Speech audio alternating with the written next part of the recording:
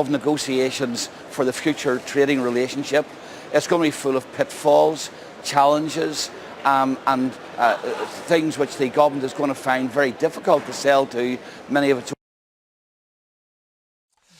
Oh, I'm sorry about that, but lost Sammy Wilson there of the DUP.